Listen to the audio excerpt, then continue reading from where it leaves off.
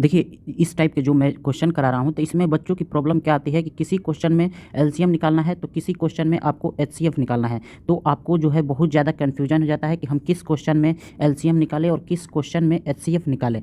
तो ये अगर आप वीडियो देख लेते हैं तो आपको बहुत ज़्यादा कन्फ्यूजन जो है दूर हो जाएगा। तो वीडियो को अंत तक देखिए ताकि हर चीज़ आप समझ सकें। तो देखिए ये पहला क्वेश्चन है, 5 क्वेश्चन मैं कराऊंगा। ये पहला क्वेश्चन है, an electronic device make a beep after 60 second. 60 second बाद, मतलब कोई भी एक डिवाइस है, जैसे मान लेते हैं ए है, ये आपका बीप करता है 60 सेकंड पर एक बार, यानी कि 60 सेकंड पर बीप करता है। और कह रहा है another device make a beep after every 62 second. और एक जो दूसरा डिवाइस है ये बीप करता है कितने देर बाद, तो 62 सेकंड बाद जो है ये बीप करता है। दे बीप्ड टुगेदर एट 10 AM। दोनों एक साथ पहली बार कब बजते हैं, 10 AM पर। 10 AM पर दोनों एक साथ बजते हैं। तो यहाँ पर हम एक समय लिख लेते हैं 10 AM।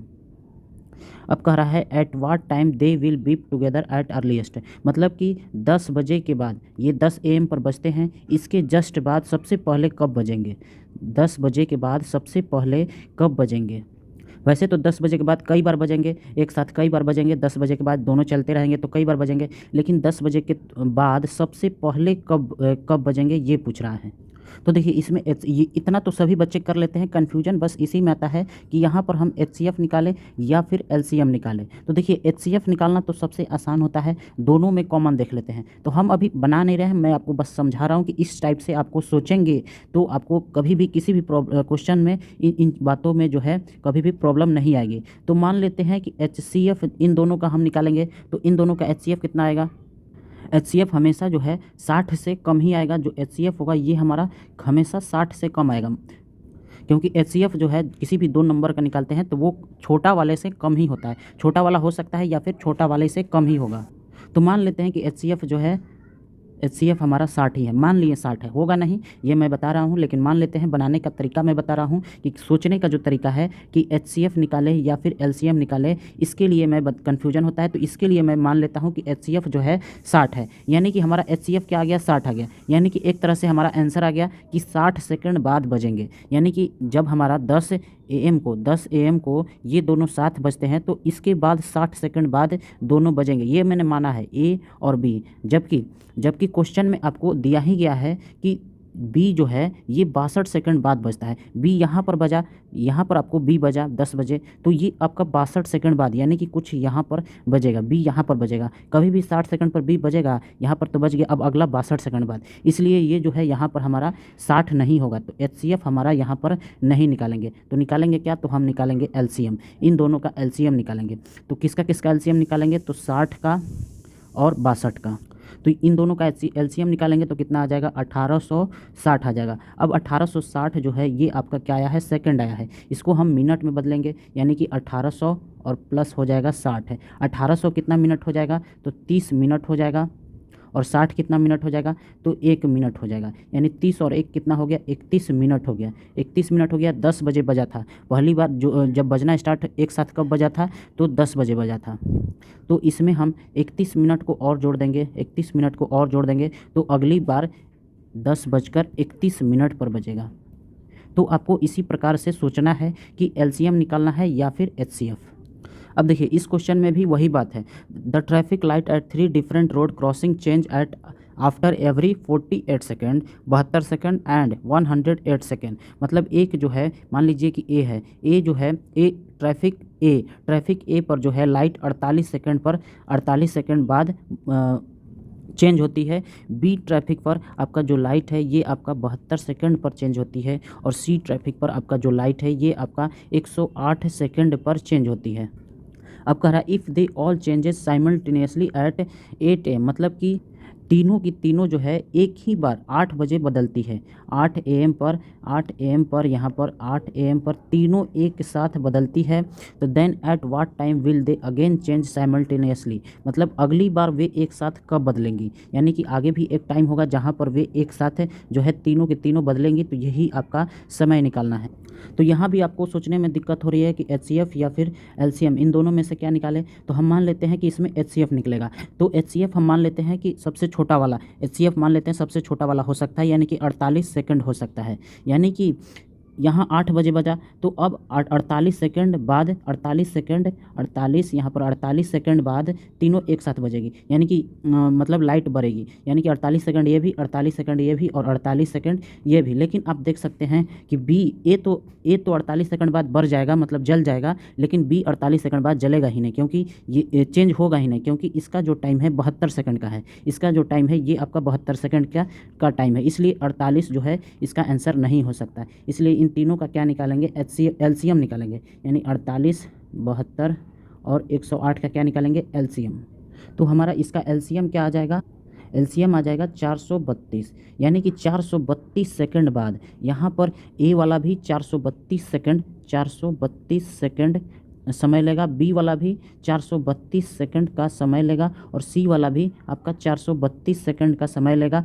तब ये तीनों जो है एक समय साथ में जलेंगे। तो देखिए पहले 8 AM हो रहा था, तो अब कितना टाइम निकालना है, तो 432 सेकंड। 432 को हम क्या लिख सकते हैं, 420 और प्लस लिख सकते हैं 12। 420 यानी कि 7 मिनट, क्योंकि 420 को हम जब मिनट में चेंज करने के लिए 60 से भाग देंगे तो 7 बार में कटेगा, यानी कि 7 मिनट 12 सेकंड, यानी कि 8 बजकर, यानी कि 8 आवर 7 मिनट 12 सेकंड पर ये तीनों जो है लाइटें एक साथ जलेंगी। तो आप इस तरह से समझेंगे कि एलसीएम निकालना है या फिर एचसीएफ, इस तरह से अगर बनाएंगे तो आपका क्वेश्चन समझने में आसानी होगा, आप सोल्यूशन बहुत अच्छे से कर सकते हैं। देखिए यहाँ कह रहा है कि 6 bells commence tolling together and toll at the interval of 2, 4, 6, 8, 10 and 12 minute respectively. मतलब 6 गेंद हैं, भले थी घंटियाँ हैं, जैसे मान ली ए है, बी है, सी है, डी है, ई है और एफ है। ये आपकी 6 घंटियाँ हैं और ये इनका जो बजने का इंटरवल दिया गया है, ए जो है हर 2 मिनट के बाद बजती है, बी जो है हर 4 मिनट के बाद बजती है, सी जो है 6 मिनट के बाद, डी जो है 8 मिनट के बाद, ई जो है 10 मिनट के बाद और एफ जो है ये 12 मिनट के बाद बजती हैं। तो इन बेल को क्या किया गया कि एक साथ बजाया गया। मान लीजिए कि ये टाइम टी पर इन 6 बेल को बजा दिया गया एक साथ है, लेकिन ए जो है मतलब ए को बजाया गया तो वो अगले 2 मिनट के बाद फिर बजेगी, बी जो है अगले 4 मिनट बाद बजेगी, सी जो है अगले 6 मिनट बाद बजेगी, ऐसे ही आप एफ जो है 12 मिनट बाद बजेगी। ठीक, तो यही कह रहा है कि ये जो 6 बेल है ये 30 घंटे में कितनी बार साथ में बजेगी। तो यहाँ पर साथ में बजेगी, यानी कि ये टी टाइम पर इसे बजाया गया, तो एक टाइम होगा जब ये बेल जो है साथ में बजेगी। तो ये टाइम कैसे निकालेंगे, जब वो साथ में बजेगी, मतलब कितने देर बाद वह जो है साथ में बजेगी। तो इसके लिए फिर से हम क्या निकालेंगे, एलसीएम निकालेंगे। मैंने पीछे भी समझाया है क्यों निकालेंगे। तो ये जो है एलसीएम निकालेंगे, तो 2, 4, 6, 8, 10, 12, 2, 4, 6, 8, 10 और 12। तो इसका एलसीएम क्या आ जाएगा, 120। तो ये 120 क्या है, यहाँ पर सारा क्या था, मिनट में था, तो ये क्या आया 120 मिनट, यानी कि यहाँ से जब स्टार्ट हुई तो 120 मिनट बाद जो है ये सारी जो घंटियाँ हैं एक साथ बजेंगी, यानी कि 120 मिनट मतलब 2 घंटे, हर 2 घंटे पर ये घंटियाँ जो है बजेंगी एक साथ है। तो देखिए 30 घंटे में कितनी बार बजेंगी, तो 30 घंटे में हर 2 घंटे में एक बार बजती है, तो 30 घंटे में निकालना है तो 30 बटे कितना हो जाएगा 2, यानी कि 30 घंटे में 15 बार बजेगी। लेकिन इसे शुरू में एक बार बजाया गया था, यहाँ शुरू जब स्टार्ट किया गया था तो सबको एक बार बजा दिया गया था, इसलिए यहाँ पर एक और जोड़ देंगे, यानी कि यहाँ पर 16 बार बजेगी, 16 टाइम्स इसका आंसर हो गया। तो बस आपको यही समझना था कि एलसीएम निकाले या फिर एचसीएफ। अब इस क्वेश्चन को देखिए, 3 measuring rods are 64 centimetre, 80 centimetre and 96 centimetre. 3 आपको रॉड दिए गए हैं, ए है, बी है और सी है। ए की लंबाई कितनी है, 64 सेंटीमीटर, बी की लंबाई कितनी है, 80 सेंटीमीटर और सी की लंबाई कितनी है, 96 सेंटीमीटर। इन लेंथ, तीनों की लंबाई है। Find the least length of the cloth that can be measured an exact number of times using any of the rod. तो मतलब कह रहा है कि कपड़े की उस लंबाई की नाप बताएं। मान लीजिए कि कपड़े की लंबाई हम x है, ये किसकी लंबाई है, x मीटर, x सेंटीमीटर ये कपड़े की लंबाई है।